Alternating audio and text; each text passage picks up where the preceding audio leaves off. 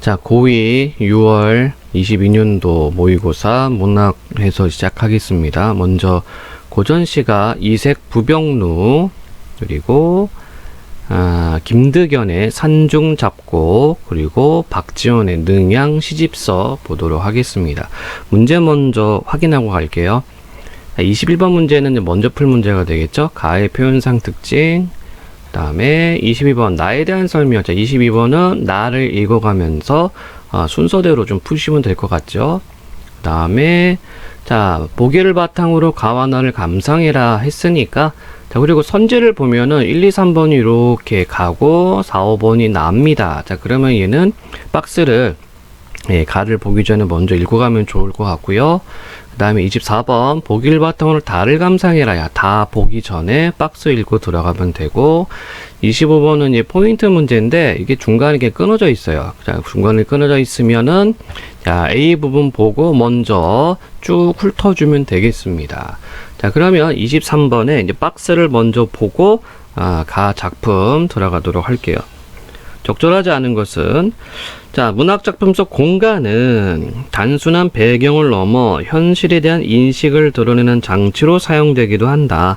가에서 부병루는 자연과 인간사를 대비하는 퇴락한 공간으로 역사적 전환기를 맞는 지식인의 역사의 유한함에 대해 무상감을 느끼는 장소다. 자, 이때 무상감이라고 하는데, 이 무상감은 뭐냐면, 여러분들 이렇게 생각하면 돼요. 우주는 겁나게 넓어. 끝없이 펼쳐진 우주에서 지구는 티끌봐도 못합니다. 그쵸? 근데 그 티끌보다도 못한 지구 안에서 인간이 살고 있고, 그 중에서도 이 한국, 더군다나 이제 전쟁 때문에 반쪽이 된 나라에서 우리는 또 아웅다웅 살고 있습니다. 이렇게 생각하면은 굉장히 인간이라는 존재가 굉장히 미미하죠. 이런 것을 이제 무상감이라고 해요. 자, 그렇기 때문에 여러분들 고전시가에서 이제 무상감은 어떤 자연 대비하고, 자연과 그 다음에 인간 사이 대비. 보통 자연은 변함이 없어요. 그러니까 자연은 변함이 없고, 인간사는 이제 변합니다. 이것을 대비함으로써 이제 인생무상을 많이 느끼게 돼요. 거의 고전시가에서 자연은 변함이 없다, 인간사는 변한다, 이렇게 나오면 99%가 인생무상이라고 생각해도 좋습니다. 어쨌든 이 가 작품 부병루에는 인생무상이 있다는 얘기고, 그 다음에 나에서 산중은 화자가 만족감을 누리는 공간으로 자연 속에서 삶을 즐기며 늙어가는 장소, 이렇게 되어 있죠. 자, 그러면 가 작품 보도록 하겠습니다. 부병루. 자, 이 부자는 뜰 부자가 되는 거고, 벽은 푸르다라는 얘기죠. 눈은 누각. 그래서 푸르게 떠 있는 누각, 이렇게 되겠네요. 자, 어제 영명사를 지나다가 잠시 부병루에 올랐네.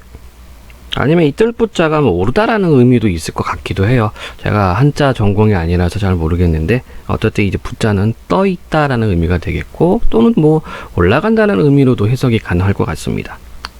자, 어제 영병사를 지나가다가 잠시 부병루각에 올랐네. 자, 텅 빈 성엔 조각달 떠있고, 자, 성이 비었어요. 텅 빈 성엔 조각달 떠있고, 시각적인 게 되겠죠. 천년의 구름 아래 바위는 늙었네. 자, 바위가 늙었다. 환류 또는 의인, 이렇게도 우리가 생각해 볼 수 있겠죠. 천년의 구름 아래 바위는 늙었네. 즉, 오랜 시간이 지났음을 의미합니다. 기린마는 떠나간 뒤 돌아오지 않은 자, 기린마, 이게 전설 속에 나오는 어떤 그 동물이 기린마가 되겠습니다. 그래서 사슴의 뿔에 호랑이였나? 용의 얼굴이었나? 이러고 어쨌든 전설상에서 나타나는 그 동물이고요. 이게 왕조를 의미해요. 기린마가. 그래서 기린마가 떠나갔다라는 것은 왕조의 몰락, 왕조가 망했다, 이렇게 판단할 수 있겠습니다. 자, 기린마는 떠나간 뒤 돌아오지 않으니 천소는 지금 어느 곳에서 논의는 거. 천소는 왕족이 되겠죠. 자, 이때 왕소는 누구냐면 이제 고구려입니다. 고구려 왕족들. 돌다리에 기대어 길게 휘파람 부노라. 산은 오늘도 푸르고 강은 절로 흐르는, 이렇게 되어 있죠. 자, 그래서 여기가 인간사가 되는 거고요. 이쪽이 자연입니다. 자, 근데 자연물을 뭐라고 얘기를 합니까? 산은 오늘도 푸르고 강은 절로 흐른다. 예, 변함이 없죠. 자, 그런데 인간사는 어때요? 왕조가 망했습니다. 그리고 천소는 어디 있는지 몰라요. 그래서 인생무상이 드러난다. 그렇게 판단할 수가 있겠습니다. 자, 그러면 바로 문제 풀어야죠. 그쵸? 어떤 문제 풉니까? 21번 문제 보고 들어가야 되겠네요. 자, 특징에 대한 설명으로 가장 적절한 것은 문답 구조를 활용한 시적 의미를 드러내고 있다. 문답 구조가 있었나? 문답 구조라는 것은 질문하고 답하는 겁니다. 자, 의문형은 있었어요. 어디가 논이는가? 이건 그냥 진짜 궁금한 겁니다. 문답법이 아니고. 명령형 어조를 활용하여 명령형 어조 없고요. 반어적 표현 없습니다. 색채와의 대비 이것도 없죠. 세월의 흐름을 시각적으로 형상화하여 있었죠? 바로 어떤 부분이 되겠어요? 천년의 구름 아래 바위는 늙었네. 이 부분 좀 색깔을 좀 달리해서 천년의 구름 아래 바위는 늙었네. 이 부분이 시각적으로 시간의 흐름을 시각적으로 보여줬다라고 할 수 있겠죠. 그리고 시적 분위기를 조성하고 있다? 맞네요. 그래서 21의 답은 5번이 되겠습니다. 자, 이번에 그냥 넘어가는 것이 아니라 이렇게 걸쳐있는 문제들은 바로 제껴주는 게 좋습니다. 23번에 1, 2, 3번을 제껴볼 수가 있겠죠. 자, 적절하지 않은 것 고르기에 1번. 가의 텅빙성에서 인간 역사의 유한함을 느낀 화자는 유한하다. 한계가 있다는 얘기죠. 구름과 바위를 바라보며 감회에 젖어 있군. 맞습니다. 두 번째, 가의 돌다리에서 휘파람을 부는 화자는 역사적 전환기의 지식인인 천손을 떠올리며 틀렸네. 천손은 주석이 달려있지만 고구려 동명성왕 즉 주몽을 의미한다고도 했습니다. 또는 고구려 왕손들, 왕조들 이렇게도 해석 가능합니다. 자, 그런데 여기는 역사적 전환기 지식인인 천손을 떠올리며 틀렸죠. 다시 한번 확인해 보겠습니다. 지문에서 항상 국어 문제는요, 지문에 나와 있는 정보들을 여러분들이 꼭 확인을 해줘야 돼요. 자, 천손이 뭐라고 되어 있어요? 고구려 시조인 동명화를 가리킨다. 주몽이죠, 주몽. 네, 그래서 2번이 틀렸네요. 이런 문제는 굉장히 확실하죠. 그렇죠? 네, 그럼 답 2번. 그러면 3, 4번 볼 필요가 없다는 얘기잖아요. 자, 그래도 한번 지문 보기 같이 한번 확인해 봅시다.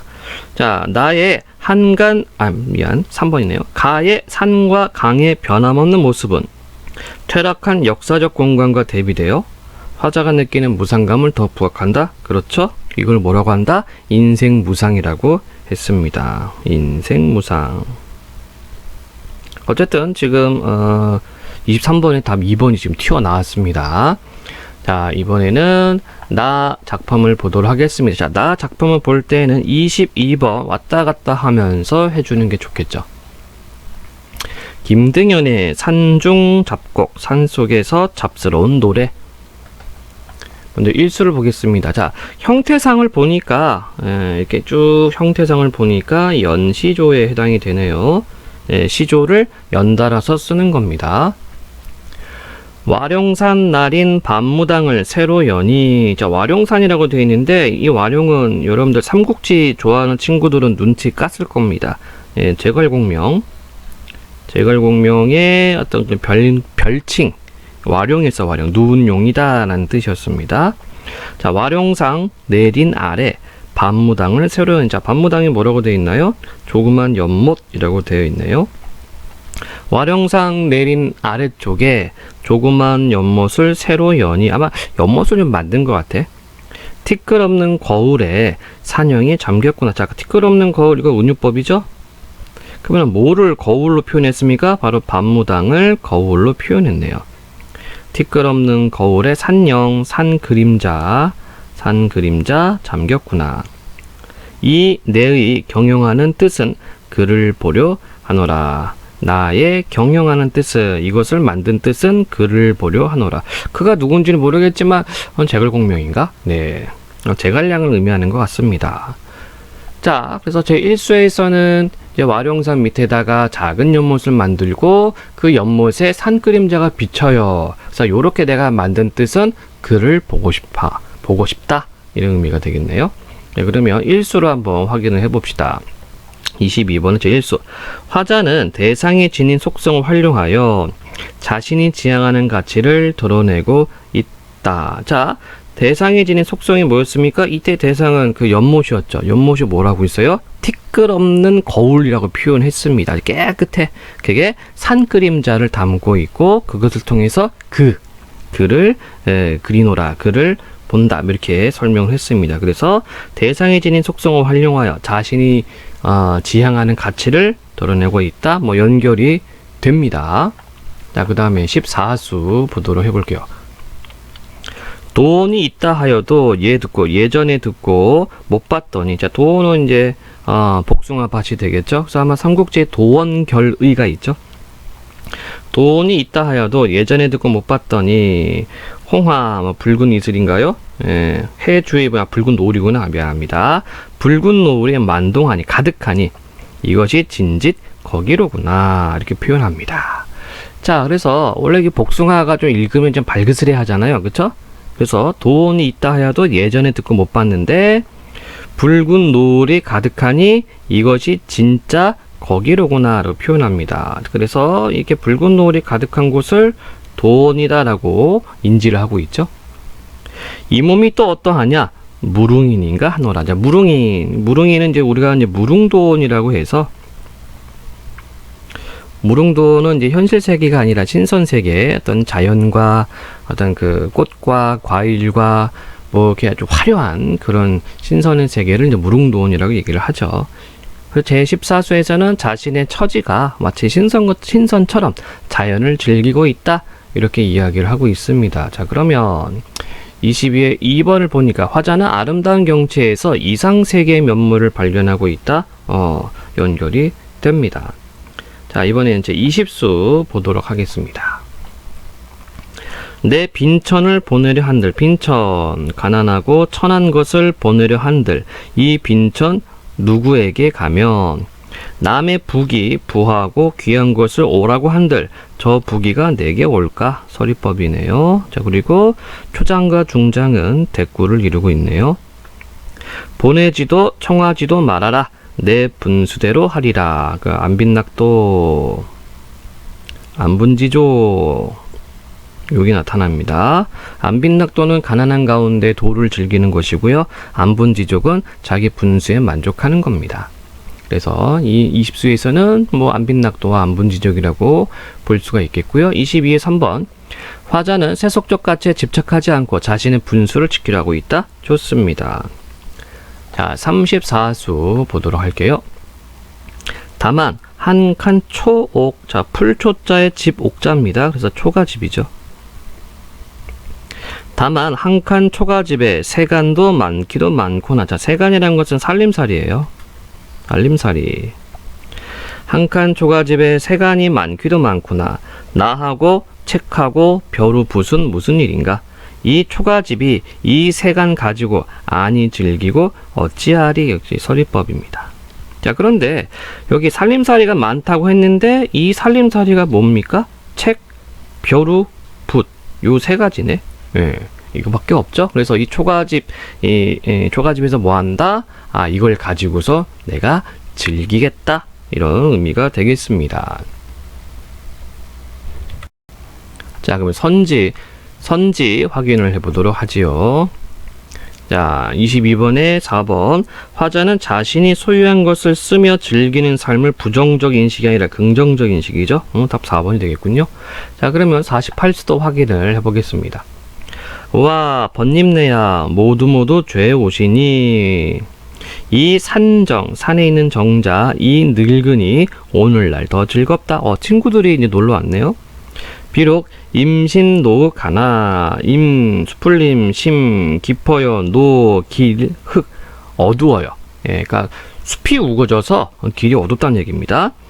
숲이 우거져 길이 어두우나 많아 자주 오셔서 친구들 오는 것을 굉장히 반가워합니다. 그래서 아마 시적 화자가 이 산속에서 이제 작은 초가집을 짓고 유유자적하게 안분지족, 안빈낙도하면서 자기 삶을 좀 이렇게 즐기고 있는 모습인 것 같습니다. 자, 48수 22의 5번 확인. 화자는 자신이 거처하는 곳에 사람들이 자주 오기를 희망한다. 예, 맞는 얘기가 되겠죠? 그래서 아닌 것은 4번. 자, 이제 달을 보기 전에 24번의 박스를 보고 들어가야 됩니다. 자, 24번 박스 볼게요. 글쓴이는 고정관념에 사로잡혀 사물의 다양한 현상을 제대로 살피지 못하는 태도를 비판하고 있다. 오, 고정관념. 대상은 외형에 얽매이지 않고 본질적 속성을 파악해야 대상의 참모습을 인식하고 있다고 본 것이다. 이를 통해 관습적인 태도에서 벗어나 열린 사고를 지향하는 글쓴이 통찰을 도려내고 있다. 자, 그러면 이 박스에서 우리가 가져갈 수 있는 그 열쇠는 뭡니까? 아하, 고정관념이 있구나. 그것을 벗어나야 되는구나. 그러기 위해서는 열린 사고를 가져야 되겠구나. 이게 되겠죠? 자, 보겠습니다. 박지원 수필 능량 시집서. 수필이 맞죠? 고전 수필. 달관한 사람에게는 괴이한 것이 없으나 속인들에게는, 이때 속인은 이제 속세 사는 사람들, 속세인, 속인들에게는 의심스러운 것이 많다. 이른바 본 것이 적으면 괴이하게 여기는 것이 많다는 것이다. 자, 본 것이 적으면 괴이하게 여기는 것이 많다. 그건 내가 아는 게 없어요. 배경 지식이 없어. 그러니까 의심을 많이 한다는 얘기죠. 즉 고정관념에 휩싸여 있다는 얘기가 되겠습니다. 그러나 어찌 달관한 사람이라 해서 사물들을 일일이 찾아 눈으로 직접 보았겠는가? 서리법. 한 가지를 들으면 10가지를 눈앞에 그려보고 10가지를 보면 100가지를 마음속으로 상상해 보았을 뿐이다. 자, 여기는 달관한 사람들, 그냥 달인이라고 할게요. 달인의 어떤 속성에 대해서 나타나 있는 특성. 10,000가지 괴기한 것들이란 도리어 사물에 잠시 붙은 것이고 자기 자신과는 아무런 상관이 없는 것이다. 예. 따라서 마음이 한가롭게 여유가 있으며 사물의 응수함이 무궁무진하다. 자, 우리가 아까 이렇게 박스를 보고 왔잖아요. 열린 마음이 필요하다. 즉 마음이 한가롭게 여유가 있다. 이게 열린 마음이 되겠죠. 줄여서 열마라고 할게요. 그래서 사물의 응수함이 무궁무진하다. 즉 고정관념이 없다는 얘기입니다. 반면 본 것이 적은 자는 해오라기를 기준으로 까마귀가 검다고 비웃고 오리를 기준으로 하계다리가 길다고 위태롭다고 여긴다. 그 사물 자체는 본디 괴이할 것이 없는데 저 혼자 화를 내고 한 가지 일이라도 제 생각과 같지 않으면 만물을 모조리 모아 마려든다. 자, 이게 바로 뭡니까? 편협한 생각이죠. 좁은 생각입니다. 아, 저 까마귀를 보라. 그 깃털보다 더 검은 것이 없건만 호련 옅은 황금빛이 번지기도 하고 다시 연한 녹색을 발하기도 한다. 해가 비치면 자주색이 튀어올라 눈에 어른거리다가 빛이 색으로 바뀐다. 그렇다면 내가 그 새를 푸른 까마귀라 불러도 될 것이고 붉은 까마귀라 불러도 될 것이다. 그 새에게는 본래 일정한 색이 없는데도 내가 눈으로 먼저 그 색깔을 정한 것이다. 어찌 단지 눈으로만 정했으리오. 역시 서리법이네요. 보지도 않고서 먼저 마음속으로 정해버린 것이다. 자, 여기는 이제 예시가 나와 있다. 그쵸? 까마귀는 예시. 그래서 고정관념, 편협 이런 생각을 타파하자. 열린 사고를 봐라. 그러면 다양한 시각에서 볼 수 있다. 뭐 이런 의미로 까마귀를 예를 들었네요. 아, 까마귀를 검은색에 가둬두는 것만으로 충분하거늘 다시 까마귀를 기준으로 이 세상의 모든 색을 가두어 두려는구나. 까마귀가 과연 검기는 하지만 앞서 말한 푸른색과 붉은색이 까마귀의 검은색 중에 들어있는 빛인 줄 또 누가 알겠는가? 역시 서리법. 검은색을 일러 어둡다고 하는 것은 비단 까마귀만 알지 못하는 것이 아니라 검은색이 무엇인지조차도 모르는 것이다. 왜냐하면 물은 검기 때문에 사물을 비출 수가 있고 옷질도 검기 때문에 능히 거울이 될 수 있기 때문이다. 이런 까닭에 색이 있는 것이고 빛이 있지 않은 것이 없으며 형체가 있는 것이고 맵시가 있지 않은 것은 없다. 네, 그래서 열린 사고방식 계속해서 이야기하고 있습니다. 세상에는 달관한 사람은 적고 속인들만 많으니 내가 입을 다물고 말하지 않는 것이 좋을 것이다. 그럼에도 쉬지 않고 말을 하게 되는 것은 무슨 까닭인가? 아, 연암 노인이 연상각에서 쓰노라. 이때 연암은 자기 자신의 호입니다. 그래서 우리가 연암 박지원 이렇게 얘기를 하죠. 그래서 그냥 내가 입 다물고 있어야 되는데 내가 왜 자꾸 이런 글을 쓸까? 연생각에서 내가 이 글 썼어. 이렇게 마무리하고 있네요. 자, 그러면 24번 문제죠. 적절하지 않은 것입니다. 자, 1번. 자기 생각과 한 가지 일이라도 다르면 만물을 모함하려는 것은 다양성을 인정하지 못하는 태도를 볼 수 있죠. 예, 맞는 설명입니다. 2번. 까마귀를 푸른 까마귀나 붉은 까마귀로 부르는 것이 모두 옳다고 여기는 것은 대상의 참모습을 파악하는 태도로 볼 수 있죠. 열린 마음, 그리고 본질을 파악하는 그런 그 탐구하는 마음. 3. 까마귀에 일정한 색이 없다는 인식은 눈으로 정한 대상의 외향보다는 마음속으로 정한 본질적 속성에 주목해야 함을 강조한 것으로 볼 수 있겠군. 아, 그런 건가? 말이 좀 어려워서요. 우선 보류할게요.